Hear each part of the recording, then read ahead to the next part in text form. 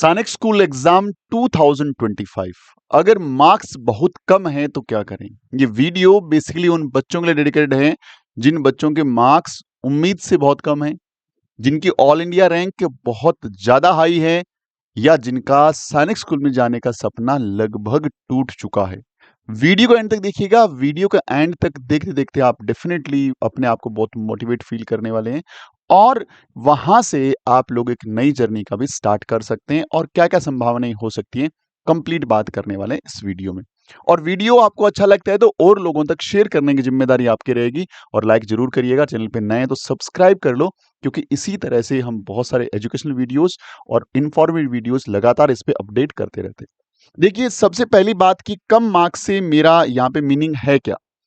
यदि आप general, OBC और डिफेंस से बिलोंग करते हैं और आपका जो क्लास है वो सिक्स्थ है और जिनके मार्क्स 200 से नीचे हैं, जिनके मार्क्स 200 से कम हैं, और यदि आप क्लास नाइन्थ के स्टूडेंट हैं और जिनके मार्क्स 300 से कम हैं, इन बच्चों के चांसेस काफी हद तक बहुत कम हो जाएंगे जिनके मार्क्स इससे भी डाउन हैं।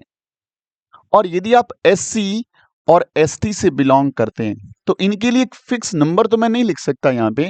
रीजन क्या है कि ये डिपेंड करता है कि स्टेट टू स्टेट बहुत ज्यादा वेरी करता है। कुछ स्टेट्स में एससी और एसटी के एप्लीकेशन इतने कम हैं कि वहां पे मिनिमम नंबर में सिलेक्शन हो रहा है, और कुछ स्टेट में एप्लीकेशन बहुत ज्यादा हैं और बच्चों के मार्क्स बहुत ज्यादा हैं। तो यहाँ पे यदि हम लोग लमसम लें, लेकिन वो फिक्स नहीं रहता। यदि आपके मार्क्स अप्रोक्सीमेटली 120 के आसपास हैं तो इसको एकदम कम मार्क्स मान सकते हैं। यहाँ पे आपके पास अप्रोक्सीमेटली 170-80 के आसपास है तो इनको कम मान सकते हैं, क्योंकि ये नंबर फिक्स नहीं है इनका। क्योंकि हो सकता है कि 400 में से किसी बच्चे के 100 मान लीजिए 200 नंबर ही हैं या 180 नंबर ही हैं, और उसी स्टेट से एक दो सीटें थी और लोगों के एप्लीकेशन नहीं आए, तो वहां पे चांसेस बन जाते हैं इन बच्चों के। तो ये मतलब है मेरा कम नंबर आने का, कि कम नंबर का मतलब ये वाला हो गया। अब हम लोग क्या कर रहे हैं ना, सुबह से इतने सारे कॉल रिसीव किए हैं हम लोगों ने, जहां पे बच्चे से ज्यादा परेशान या टेंशन में पेरेंट्स हैं। और हमें बड़ा इस चीज का लगा कि नहीं, एक वीडियो डेवलप करना चाहिए, क्योंकि जो पेरेंट्स जब उनसे बात करते हैं तो वो सारे के सारी जो मिस्टेक हैं वो अपने बच्चे में फाइंड आउट करने की कोशिश कर रहे हैं। और बच्चा, आपको पता है, पहले से ही परेशान है इस मार्क्स को लेकर के। अब ऊपर से आप बोल रहे हैं देख बेटा, तूने कुछ अच्छा नहीं किया, और बच्चे के देखो कितने अच्छे नंबर हैं, आपकी ऑल इंडिया रैंक बहुत खराब है, आपने बिल्कुल पढ़ाई नहीं की, आप तो एग्जाम पास ही नहीं कर सकते, आप पे हमने खर्चा कर दिया, आपसे मुझे ये उम्मीद नहीं थी। इस तरह के बहुत सारे सवाल लगातार बच्चे से पूछे जा रहे हैं। और इसके साथ साथ ऐसा नहीं है कि पेरेंट्स सिर्फ बच्चे को ही डिमोरलाइज कर रहे हैं, खुद पेरेंट्स भी, इतने सारे पेरेंट्स से बात करिए, वो अपने आप को बहुत डीमोटिवेटेड फील करा रहे हैं कि मेरे बच्चे के नंबर 300 में से, क्लास सिक्स में मेरे बच्चे ने पेपर दिया था, 300 में से उसके 50 नंबर ही आए हैं, या 400 में से उसके नंबर मान लीजिए 70 नंबर ही आए हैं, 100 नंबर ही आए हैं। क्या हो गया? क्या आपके बच्चे का ये लाइफ का लास्ट एग्जाम था? क्या आपके बच्चे को लाइफ में और कहीं फेल नहीं होना? क्या इस एग्जाम में अच्छे नंबर लाना उसके लाइफ के हर एक पड़ाव पे सफलता या फिर सक्सेस की या जो पास होने की गारंटी रहती है? आपको अच्छे ढंग से पता है एज ए पेरेंट्स की लाइफ में बहुत सारे फेलियर्स आएंगे, और फेल और पास, सक्सेस और फेलियर जो हैं वो डेफिनेटली एक दूसरे के साथ साथ चलते हैं। कभी किसी एग्जाम में फेल होंगे, कभी किसी लाइफ की परिस्थिति में, कंडीशन में फेल होंगे, कभी पास होंगे। तो आप लोगों को सबसे पहला जो काम करना है, मुझे ऐसा लगता है, एज ए पेरेंट्स अपने आप को बिल्कुल मोटिवेटेड करना है, मोटिवेट करना है, अपने आप को मोटिवेट फील करना है। और यदि आप अच्छे ढंग से मोटिवेटेड हैं तो आप अपने बच्चे को भी आराम से मोटिवेट कर पाएंगे, क्योंकि उसके लिए आपको यूट्यूब पे फर्दर वीडियोस नहीं सर्च करने, आप खुद ही इसके लिए इंस्पिरेशन हैं। हाँ, हमने इस बच्चे से बैठ करके बात करनी है, पूरी कंडीशंस पे बात करनी है, सारी चीजें, क्योंकि एज ए पेरेंट्स आपने बच्चे के लिए आई थिंक बहुत कुछ किया होगा। आपने उसके लिए कोचिंग्स अवेलेबल कराई होगी, जो ऑनलाइन है या ऑफलाइन है, जो भी कोचिंग्स आपके पास थी, आपने एक अच्छा खासा पैसा इस पे इन्वेस्ट किया था, आपने अच्छी बुक्स दी थी, आपने सबसे कीमती जो चीज़ है आपका समय, क्योंकि कई पेरेंट्स से बात हुई कि वो 2 महीने से, 3 महीने से अपने अपने प्रोफ़ेशन का, अपने जॉब का, अपने काम से छुट्टी लेकर के बच्चे के साथ बैठे हुए थे। उसके बाद बच्चा नहीं कर पाया, तो डेफ़िनिटली हमें इस पे रिसर्च करना है। लेकिन इस वाले फ़ेज़ के साथ रिसर्च करना पड़ेगा। बच्चे को भी इस वाले फ़ेज़ में रखने की कोशिश करेंगे, तो ही हम अच्छे से एनालिसिस कर पाएँगे कि कहाँ पे कमियाँ रह गई। क्यों हम स्कोर अच्छा नहीं कर पाए? क्या पढ़ने में कुछ कमियाँ थी?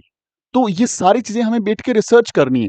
कम मार्क्स आ गए, कोई दिक्कत वाली बात नहीं है। ऐसी बहुत सारी परिस्थितियाँ आएँगी और आप चीज़ सोचिए, यदि आपने बच्चे को सैनिक स्कूल भेज दिया, अल्टीमेटली क्या होता है कि सबका गोल जो होता है, वो एनडीए होता है। आपको यदि आप गूगल करके डेटा को ढंग से देखेंगे तो भी आपको पता लगेगा कि लगभग 30 से मैक्सिमम 40% जो बच्चे हैं, इतने ही बच्चे सैनिक स्कूल में जब 12th पास कर लेते हैं या 12th के 1-2 साल बाद भी जो बच्चे एनडीए में फाइनली सिलेक्ट होते हैं, तो उनका नंबर तो इतना ही है। तो जब स्कूल से निकलने वाले 60 से 70% बच्चे इसका मतलब एनडीए पास नहीं कर पाते। तो कंफर्म हो गया कि सैनिक स्कूल का मतलब ये नहीं है कि आप 100% श्योर हो गए कि इसने एनडीए पास कर लिया। ना ही ये मतलब आरएमएस में होता है ऐसा, और ना ही ये आरआईएमसी के लिए मैं बोलूँगा कि 100% रेशियो तो नहीं है। तो फिर हाँ, नो डाउट वहाँ बच्चा जाएगा तो फिज़िकली, मेंटली, इमोशनली बहुत स्ट्रॉन्ग होके आता है, इंडिपेंडेंट होके आता है, लीडरशिप क्वालिटीज़ डेवलप होती है, बहुत कुछ सीखता है वहाँ से। ये आई एग्री विद यू। लेकिन जो हमारा मेन गोल है एनडीए, जिसके लिए हम लोग ये प्लान कर रहे होते हैं, तो इसको जो बच्चे स गवर्नमेंट स्कूल में पढ़ रहे हैं, जो बच्चे गाँव में ढाणी में पढ़ रहे हैं, वो बच्चे भी आप देखेंगे कि एनडीए निकाल पा रहे हैं। इसका मतलब एनडीए को बाहर से भी किया जा सकता है, ऐसा है नहीं, तो बच्चे को इतना ज़्यादा प्रेशर देना या अपने आप को इतना डिमोटिवेट फ़ील कराना कोई रिक्वायरमेंट है नहीं इसकी। हमारे पास बहुत सारे ऑप्शंस हैं। हम ऑप्शंस पे बात करेंगे अभी, लेकिन उससे पहले ये चीज़ जाननी बहुत ज़्यादा ज़रूरी है कि एनडीए को आप सही ढंग से प्रिपरेशन करते हैं, तो पास किया जा सकता है। और एक इम्पॉर्टेंट चीज़, आपने ऐसे हज़ारों एग्ज़ाम्पल मूवीज़ में या कोई रियल जो स्टोरीज़ हैं, उस पे देखा होगा, या फिर बहुत सारे यदि आप नेट पे सर्च करते हैं, तो ऐसे बहुत सारे लोग आपके सामने होते हैं, जिनके 6th में, 7th में, 8th में, 9th में, 10th में, इवन दो 12th में भी बहुत अच्छे मार्क्स होते ही नहीं है। इवन दो फेल वेल होकर के बड़ी मुश्किल से पास होते हैं, उसके बाद भी एक बहुत बड़ी सक्सेस अपनी लाइफ में ले लेते हैं। तो इसका मतलब कतई नहीं है कि जिस बच्चे के आज 300 में से यदि 20 नंबर हैं, या आप 400 में से उसके मान लीजिए 30 नंबर हैं, इतने नंबर वाला बच्चा, इसके लिए आप इस पे स्टैंप तो नहीं लगा सकते कि तू कर नहीं सकता। ये स्टैंप तो ये बच्चा डिजर्व ही नहीं करता, कोई बच्चा डिजर्व नहीं करता। क्योंकि यदि इस बच्चे को आज यदि 20 नंबर हैं, तो जरूरी नहीं है कि आगे जाकर के कोई बड़ा काम या बड़ा एग्जाम पास नहीं कर सकता, 100% कर सकता है। बस ये नंबर कम क्यों आए हैं, इस पे यदि पॉजिटिव वे में एक पूरी रिसर्च की जाए और उन सारे पॉइंट्स को वहां से हटाया जाए कि हाँ यार, ये मिस्टेक हुई है, इनको अपन इंप्रूव करते हैं, और फिर आप वीकली और मंथली बेसिस पे बैठ करके एनालिसिस करते रहें। अब हमारे पास ऑप्शंस क्या क्या अवेलेबल हैं। जिन बच्चों का भी एज जो है, जिन बच्चों का क्लास 6 के लिए मान लीजिए डेट डेट ऑफ बर्थ, और क्लास 9 के लिए डेट ऑफ बर्थ की बात करूंगा मैं, जिनका 1 अप्रैल 2014 14 से लेकर के 31 मार्च 2016, यदि इस एज में आपके बच्चे का डेट ऑफ बर्थ है, इस डेट के अंदर है, इसमें 31 मार्च और 1 अप्रैल दोनों शामिल है, तो कोई टेंशन नहीं, एक अटेम्प्ट नहीं बचा हुआ है। और यदि क्लास 9th में है, तो 1 अप्रैल 2011 से लेके 31 मार्च 2013। यदि 9th क्लास के लिए आप दोबारा से बच्चा फाइट करे, तो ये अपनी बच्चे की एज को चेक कर लो। और यदि आरआईएमसी का सपना है आपका और दिसंबर वाले लिए जाना चाह रहे हैं, तो आपके लिए 2 जुलाई 2013 से लेकर के 1 जनवरी 2015 के बीच में यदि आपकी डेट लाई करती है, तो आप दिसंबर आरआईएमसी में जा सकते हैं। यदि आप इन डेट के अंदर कहीं ना कहीं लाई कर रहे हैं, तो आपके पास अभी ऑप्शंस खत्म नहीं हुए हैं, ऑप्शंस अवेलेबल हैं। और यदि कुछ बच्चों के ऐसे है कि सर हम तो 9th में थे, हमारे पास लास्ट अटेम्प्ट था सर, अब तो सब कुछ खत्म। नहीं भाई, 9th में आप आ गए, 9th पढ़ रहे हो, 9th आपने पास कर ली, कोई दिक्कत नहीं है। ऑनलाइन प्लेटफॉर्म पे, ऑफलाइन प्लेटफॉर्म पे इतने अच्छे इंस्टीट्यूशन हैं जो एनडीए का प्रिपरेशन कराते हैं, आप उनको ज्वाइन कर लो, कोई टेंशन नहीं है। आपके पास 3 से 4 साल का टाइम है। आप में यदि इंस्पिरेशन है, आपका लक्ष्य यदि सही ढंग से और आप में डिटर्मिनेशन है, तो कोई दिक्कत नहीं, यहाँ फेल होगे वहां पास हो सकते हो। और लास्ट अटेम्प्ट नहीं है तो इतने सारे ऑप्शन है। एग्जाम बहुत सारे ऑप्शंस में एग्जाम है।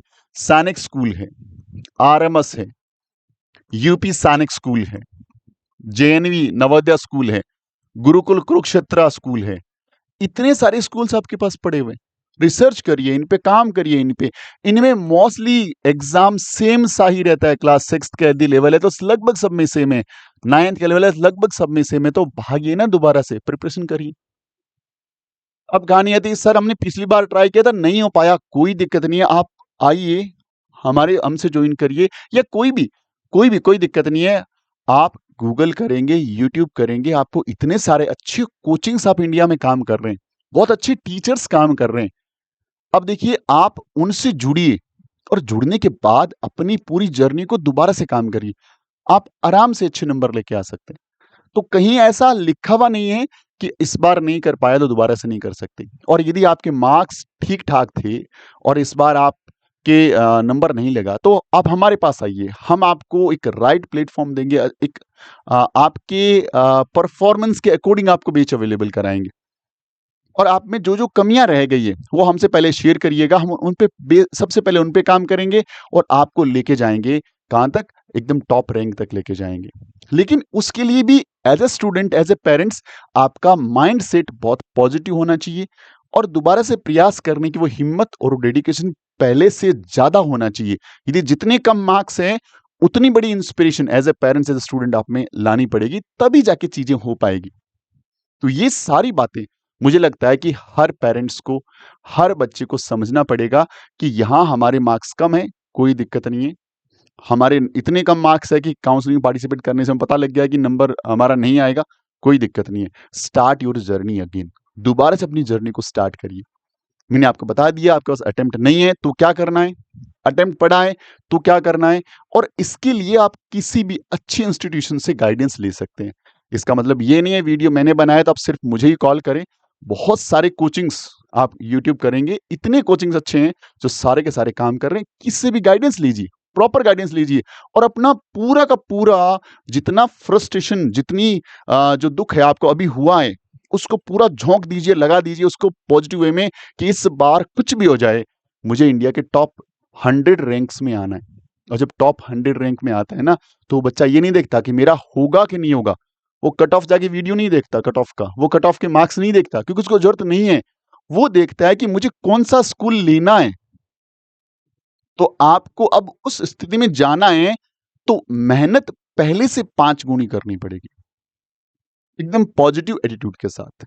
और हम आपके साथ डेफिनेटली ऑलवेज रहेंगे, ऑलवेज आपके लिए अच्छे वीडियोज, अच्छा कंटेंट लेके आते रहेंगे। और आरएमसी यदि आप कर रहे हैं, आरएमसी का यदि फॉर्म भरा हुआ है, तो फ्री टेस्ट सीरीज का कंटेंट 25 अप्रैल और 28 अप्रैल को 2 फ्री टेस्ट सीरीज हम कर रहे हैं। उसके लिए आप कम्युनिकेट कर सकते हैं हमसे, और हमें सिर्फ व्हाट्सएप करना है आरएमसी फ्री टेस्ट सीरीज, आपसे हम जुड़ पाएंगे। अब आपके लिए ये बेच हम ऑफर कर रहे हैं।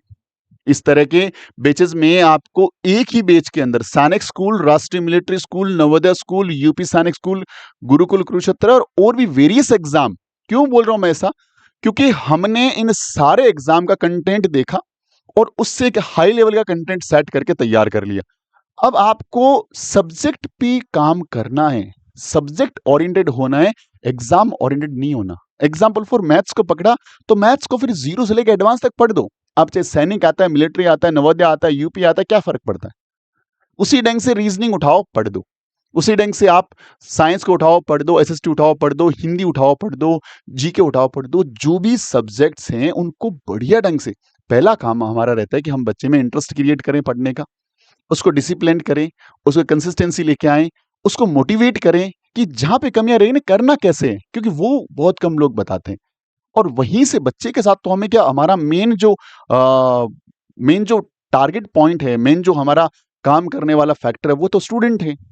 हम बाकी सारी चीज़ों पे बहुत एक्सरसाइज कर लेते हैं, लेकिन स्टूडेंट की चीज़ों पे काम नहीं कर पाते हैं। तो हमारा पहला काम रहता है कि हम बच्चे को डिसिप्लिन्ड या बच्चे को क्लास में कैसे इंटरेस्ट क्रिएट करना है, कंसिस्टेंसी कैसे रखनी है, बच्चे को रिपोर्टिंग कैसे देनी है, हर चीज़ पे काम कर रहे होते हैं।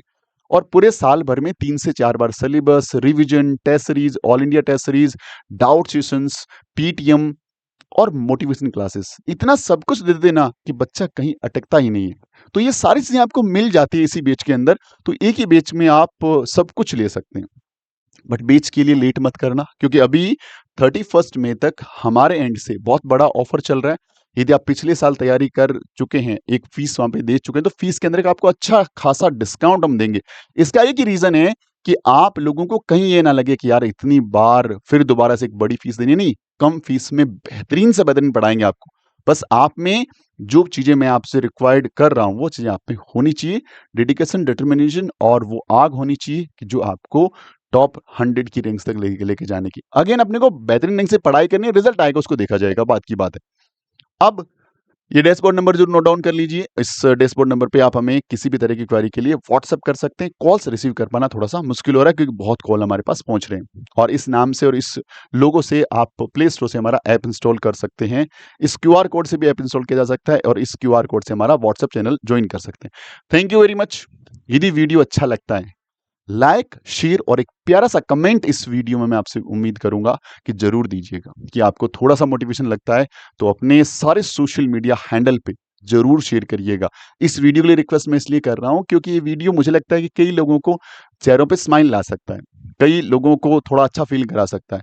बाकी वीडियोज के लिए मैं सीधा बोलता हूँ जय हिंद जय भारत, बाकी चीजें नहीं बोलता हूँ। यहाँ पे मैं आपसे रिक्वेस्ट कर रहा हूँ कि share this video as possible as it, जितना हो सकता है शेयर करिएगा। और एक कमेंट प्यारा सा इस वीडियो के कमेंट बॉक्स में जरूर छोड़िएगा। अपना ख्याल रखिएगा। जय हिंद, जय भारत, वंदे मातरम।